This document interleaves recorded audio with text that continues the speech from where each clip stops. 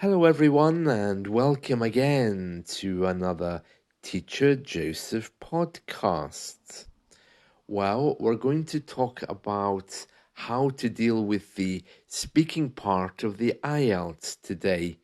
I know that some of you like to do exams, so we're just going to talk about how to do that, what the best way is to pass the speaking part.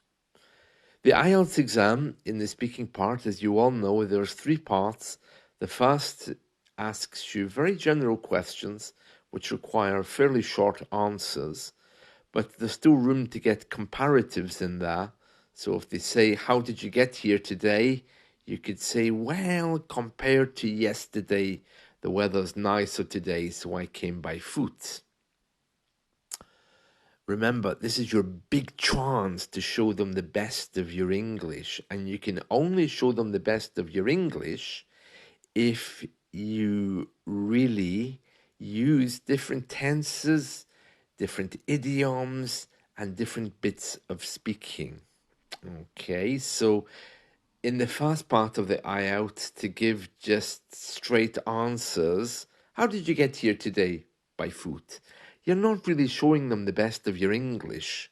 So a nice comparative, unlike yesterday, for example, it's not raining today. Or there was an opinion came up this morning that it was going to rain, so I decided to come by bus. You see, any of these little things that you can use is much better than just giving a direct yes or no answer. Also in the IELTS, another really good thing for you to try is in the part 2 to make sure you're using past, present, and future, and also to try as much as you can to turn the question into a story. So let me just give you a few answers. So we'll go through a few IELTS speaking questions. Describe a beautiful place. Remember to say where it is, what you can do there, and how to get there. Okay, now, if you are a bit like me, the question looks like it only needs the present tense. And you would say to yourself, oh, that's an easy question. I like it. There is a beautiful place near my home. It is very nice. You get there by train.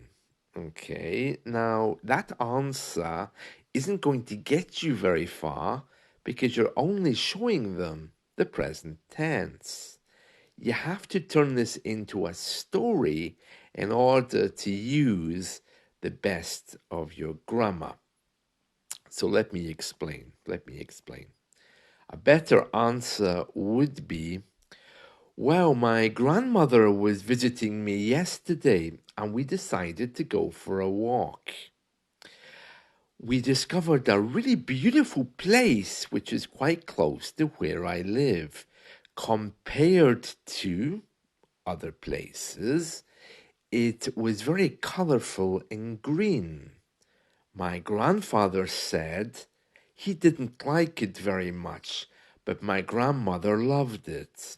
Okay, so already I've used a comparative, I've used reported speech, I've used the past tense, okay, and I'm going to continue.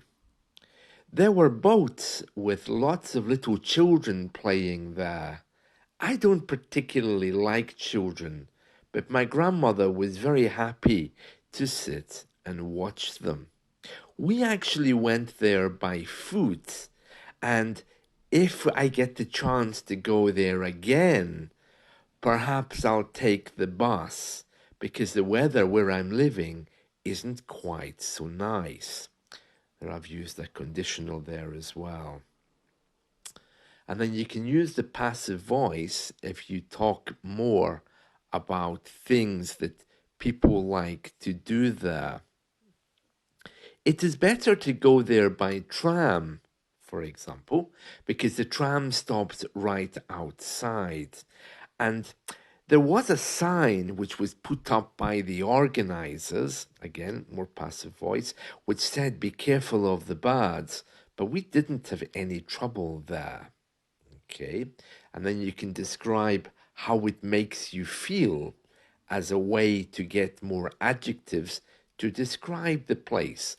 So if the place makes you feel good, relaxed, happy, that's the ones to use. It's a very happy place and very relaxing. We spent a few quiet hours there, although I had to cover my head so it didn't burn. So you see, already I've used loads of grammar, passive voice, conditional, comparatives, past, and I'm going to use the future as well. When I go back the next time, I must remember to take a hat. So you see, a story is always going to be the best way. Let me give you another example. Describe the most beautiful animal you've ever seen. Well, my grandmother and I were driving through the countryside a few days ago, and I noticed something bright in the sky. It was red with circles. I was a bit confused by it. I thought maybe it was a kite. My grandmother saw it and she immediately told me it was a special type of bird. Compared to other birds that I've seen in the sky, this one looked very, very different. It looked more like something you would see on a kite design rather than on a bird. It was flying very, very low, but my grandmother assured me that they always do this and that there was nothing to be afraid of. So we stopped the car and we got out, and my grandmother said that she was sorry she didn't have her camera with her, because if she was able to take a picture, she would have been able to go to the local bird sanctuary or bird rescue center to get the name of the bird. So you see how easy it is to really use a lot of grammar. But if you don't tell a story to answer these questions, then the questions immediately become a little bit more difficult. Yeah, I saw a bird, and yeah, it's nice. Or yeah, birds. My favorite bird, I don't know. Let me think. So you see, to immediately make a story allows you different avenues to express yourself.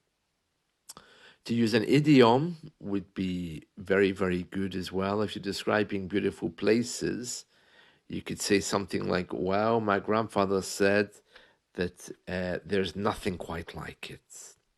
Nothing quite like it. That's a nice idiom we often say. Another thing that you could say, um, if someone is spending a lot of money, oh, we saw people spending a lot of money in the souvenir shop. There was one woman in particular, she was spending so much money, she was like a knife going through butter.